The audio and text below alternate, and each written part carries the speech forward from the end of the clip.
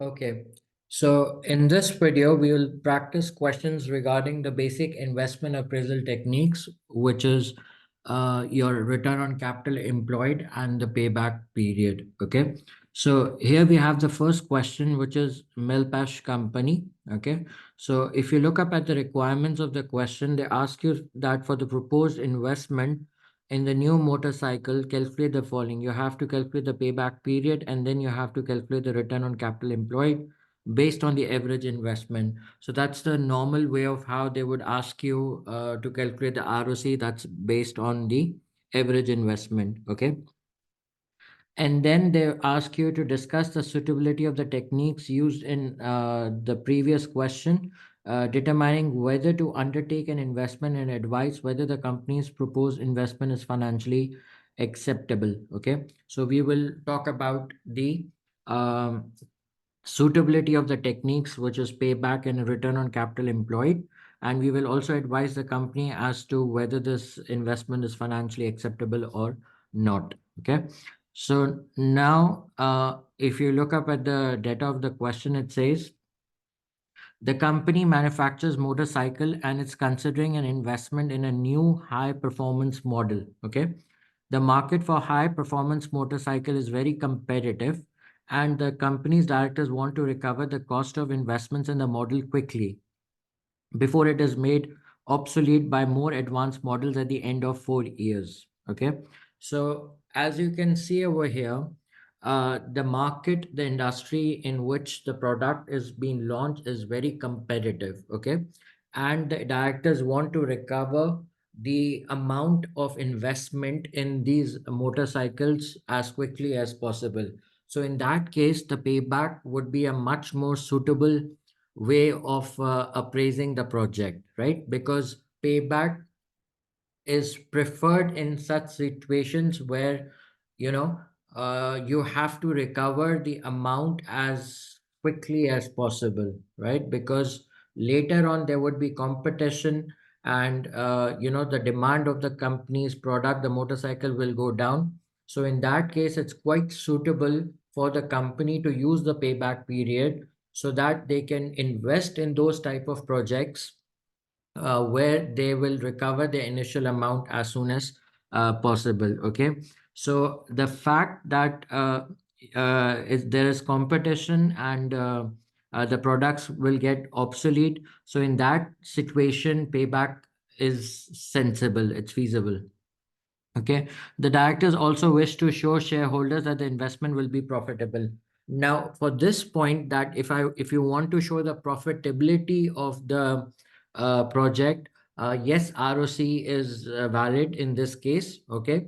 However, ROC will not be valid because the directors have a desire to recover the cost of investment. So, return on capital employed is basically not telling you that when will you actually recover that.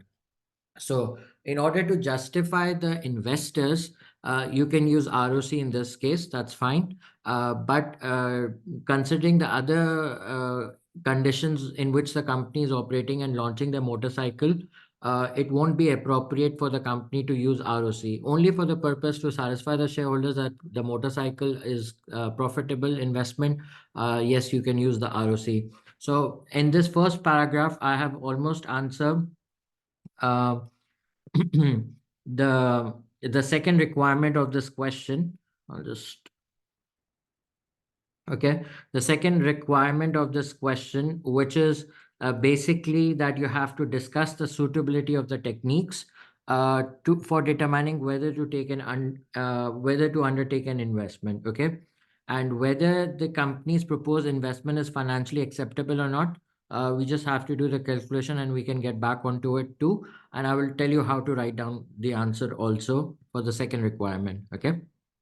So the directors have therefore set a target payback period of 2 years. So if it's within 2 years, so we will accept the project. That's how you decide for the payback. If it's within 2 years, in this case, you will go ahead with the project. If it's more than 2 years, then obviously we won't be accepting the project, because that's what the directors want.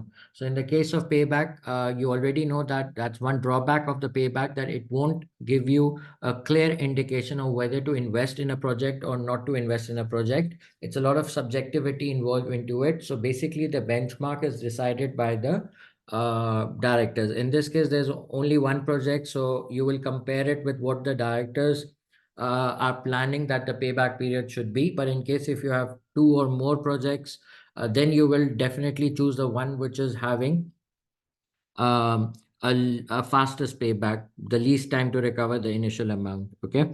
And a target return on capital employed of 20% for the investment. So our ROC should be 20% or more. If that's the case, you will accept the project. But if that's not the case, then you will simply kind of reject it out. Okay. Right. So this is the number of units you have. Okay. So because if I want to find out the payback period, I actually need the cash flow, right? That's the good thing about the payback, that it will consider the cash flow, and it will not consider the profits, right? So this is the demand. Okay. The initial investment is 220 million, right? Residual value at the end of 4 years is 30 million. The selling price uh, per year one price term, as in year one price terms. Okay. So this is, sorry. Yeah, so year one price term is 20,000 per motorcycle. That's the price of the motorcycle in year one, but then you will have to inflate it by 6% every year.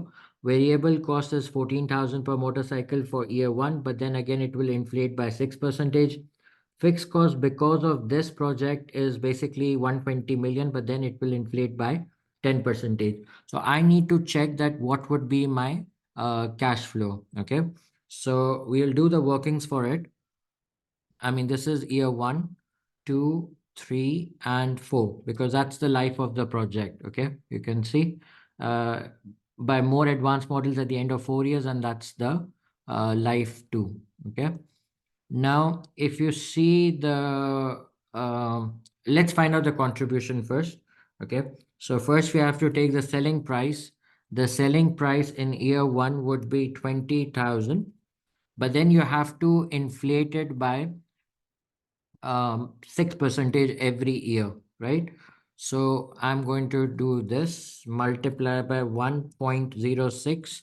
So you're inflating it by 6%, and the price for the next year will be 21,200. So every year the company is going to be increasing the prices depending on the rate of inflation for those 4 years period, which is at 6% every year. It's constant being assumed over here. However, for the first year, they already gave you the price, which was 20,000. So you just have to simply extend it, and you will be getting it inflated by 6% every year. Okay. Then you have to take the variable cost. The variable cost in the first year is 14,000, but that has to be inflated again by 6%. So I'll take 14,000 and I have to inflate it by 6%. So it will become 14,800. And then I can do it for all the years, right? Simple. And this will give me contribution per unit. You can also kind of find sales revenue separately and variable cost separately, but a quick way would be to club them together, find the contribution per unit, and then we can just simply, divide it, no, sorry, multiply it with the number of units, and you will get the contribution. Okay, so this was our contribution per unit. So we have to take the selling price minus the variable cost. You get the contribution per unit, 6,000 for the first year. And if you just simply extend it, you will get the contribution per unit for all the different years from 1 to 4. Right. So now we just have to see the number of motorcycle or the units which we have. So it's 25,000 for the first year. It's growing. Then it's 45,000 in the second year. Then it's 40,000 in the third year. And then lastly, what we have is 20,000. So then the demand is going down. You can see from year three onwards, the demand is basically going down. So that's going to be 20,000. So this will give me the total contribution. I just have to simply multiply it with the number of units. So contribution per unit, okay, multiply by the number of motorcycles. So you get this, right? And then obviously you can just extend it and you will get the answers for year 2, 3, and 4. Okay, so let's uh, put this, okay, fine. So what we do is, okay, we just need to extend it so you can see it much more better. Here, here, and here. Okay, so now we have our fixed cost. Okay, and fixed cost would be 120 million per year, right? So 120 million. So 120 and then your million. Okay, so that's 120 million, and you have to inflate it by 10 percentage every year. So this into 1.1, so that will become 132 million, and you can extend it for the third and the fourth year too, right? So this will become your operating cash flows, okay, which is obviously before the interest and the tax. So we haven't incorporated for the tax. So total contribution minus the fixed cost, you get your operating cash flow, and that's 30 million. So you can simply do it for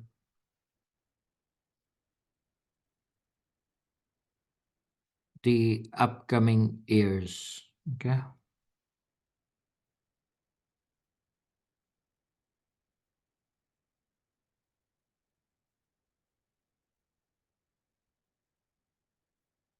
Okay.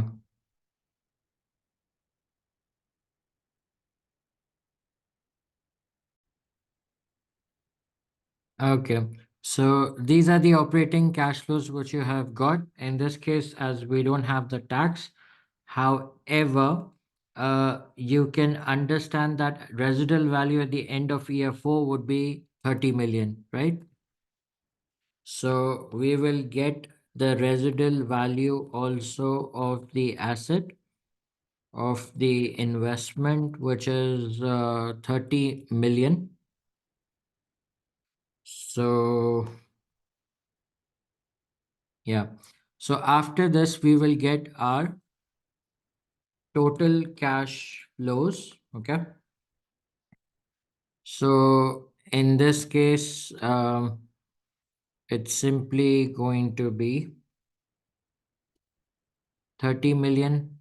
Then you have all these figures. Okay. So now in year 0, this was year 0. This is year 1. This is year 2. This is year 3. And then this is year 4. So in year 0, you have invested 220 million. Okay, so 6 zeros over here. This would be a negative figure because that's the investment over here, right? Year 1, you got a positive of 30 million. Year 2, you got 154.2 million. Okay, then in year 3, you got 12.4464 million, and then lastly you got 13.2 million, right? So now I need to make up the cumulative over here. So this is my negative investment, but after first year when I got 30,000, 30 million, so now the negative left is basically 190 million. Then you got 15.42 million. So now in this case, okay, it's still a remainder of 35.8 million actually. Okay. But then you got the 12 million and you became into a positive balance. You became a surplus. and you have recovered your investment amount. So it's basically 2 years and 13 months, right? So for the 13 months, what we have to do is that this was the amount which was being required. Okay. Yeah. So this was being required divided by the amount which you will get next year. And then you multiply it. If you just divide it simply, you get your answer in decimals. Okay. However, if you can just multiply this figure with 12, you will get it in months. So it's basically 2 years and 3 months approximately payback period. Okay. And as you can understand that the directors have therefore set a target payback of 2 years. I mean, from the payback perspective, this project won't be acceptable because it's taking more than 2 years to be to recoup the initial investment amount of 220 million. Right. So yes. Now the next part of the question, they ask you to find out the return on capital employed based on average investment. So though we have the operating cash flows, okay, we need to deduct the depreciation so that we can find out our operating profit. Okay. So here that's for year 1, 2, 3, and then for 4. So this is basically your operating cash flows. I just have to get the figure from the top. So this is going to be 30 million, and I'll just do it for the next 4 years, right? And we have to add up the subtract the depreciation. Okay. So when they're asking you return on capital employed, you have to find out the profit figure. Okay. So it means that from the cash flow figure, you have to deduct the depreciation so that you can get the profit figure.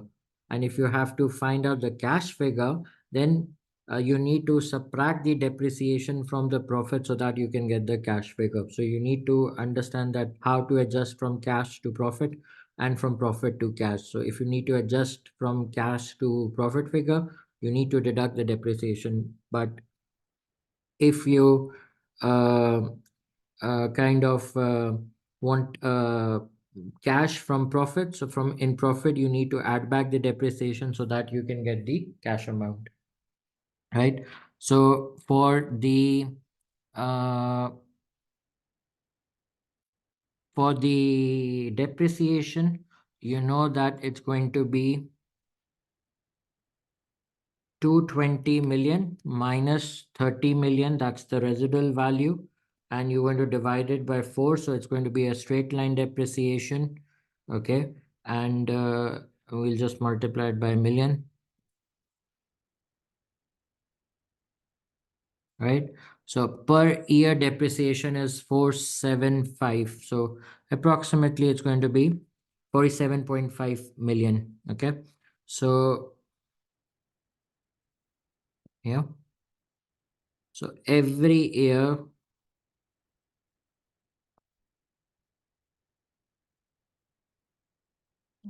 right, it's going to be a depreciation of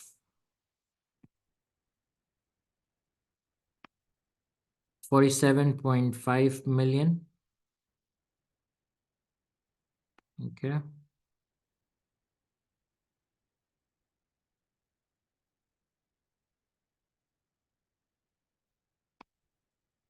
So this will give me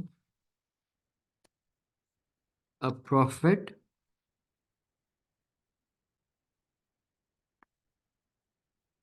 of,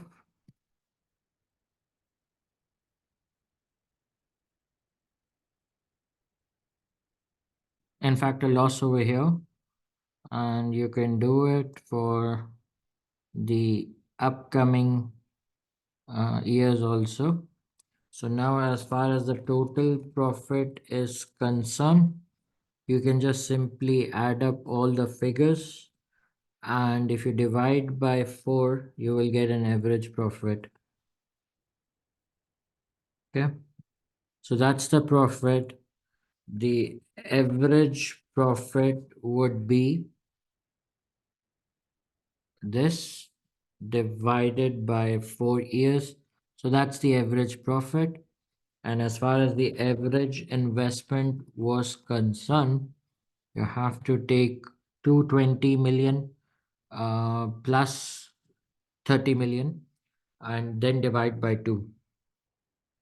So 220 million plus 30 million divided by 2. So my average is 125 million and my ROC based on average investment would be uh, this profit, which is around 25.466 million divided by 125 million of the average investment. So it's approximately 20 percentage. Okay. And yeah, so here they said that and a target ROC of 20 percentage. So yeah, it's meeting 20 percentage target. So based on ROC, this project is acceptable, but based on payback, it's not going to be acceptable. Okay.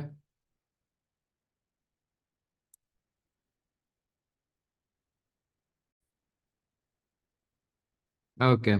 So now, if you come up on part B of this question, I mean, the second part of this question, it says discuss the suitability of the techniques used above for determining whether to undertake an investment. So, as far as the payback is concerned, okay, I mean, you can start your answer by writing down its definition. So, I would say that this would be the first point. So, you started with writing down the definition. It is the time taken by the project to recoup its initial investment. Okay. Uh, now, what is the point over here? Like you basically trying to write down the advantages of this method. Okay. That uh,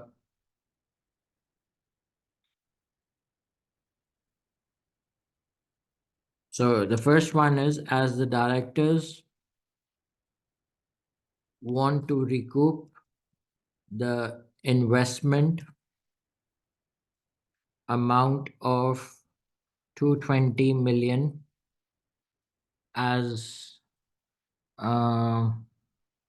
yeah, they said you that the directors want to recover the cost of investment in the model quickly. Okay. So as the directors want to recoup the investment amount of 220 million as quickly as possible, payback period would be feasible in this situation as payback period prefers those projects which have lower liquidity and time risk. Okay. So basically what I'm trying to do is that I'm trying to apply the point, the advantage in the context of the scenario, right? Then you can also write one disadvantage. Okay, the problem with this method is, however, this project will not consider the overall profitability of the project. Sorry, however, this method will not consider the overall profitability of the project, which the directors want to show to the investors. Okay, the directors also wish to show shareholders that the investment will be profitable. So overall profitability of the project, which the directors want to show to its investors. So that's the problem.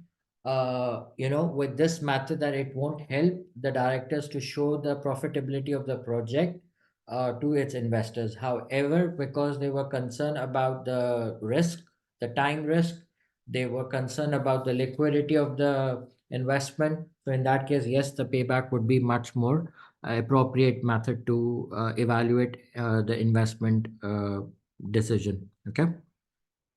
Likewise, you can also do it for the return on capital employed. The first sentence could be the definition. It measures the the operating profit as a percentage of the average amount invested. Okay. So the advantage in this case is that you can satisfy the investors over here. Okay. Uh, the investors are interested in the profitability, okay, of the project, and therefore ROC can help the board of directors to judge the profitability of the investment in these new motorcycles. Okay. So the investors are interested in the profitability of the project, and therefore ROC can help the board of directors to judge, or basically to show the profitability of the investment in these new motorcycles to the investors. However, now that's basically the disadvantage I'm writing. However, the profits can be manipulated with the depreciation policy, as in this case we have used a straight line basis. Okay. And it doesn't measures the increase in wealth of shareholders, which is the ultimate way to return value to the company investors.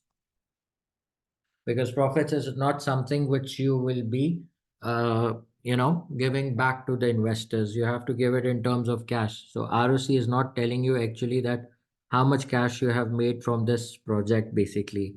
Okay. And as they ask you, uh, advise whether the company's proposed investment financially acceptable. So from the payback, no, but from the ROC, yes, because it meets the benchmark criteria. So from the payback perspective, it and feasible, as the payback is above 2 years set target by the directors. Okay. However, from the ROC perspective, the project is worthwhile as it creates a ROC of above 20%. Okay. Hope that's clear with this question. Thank you very much.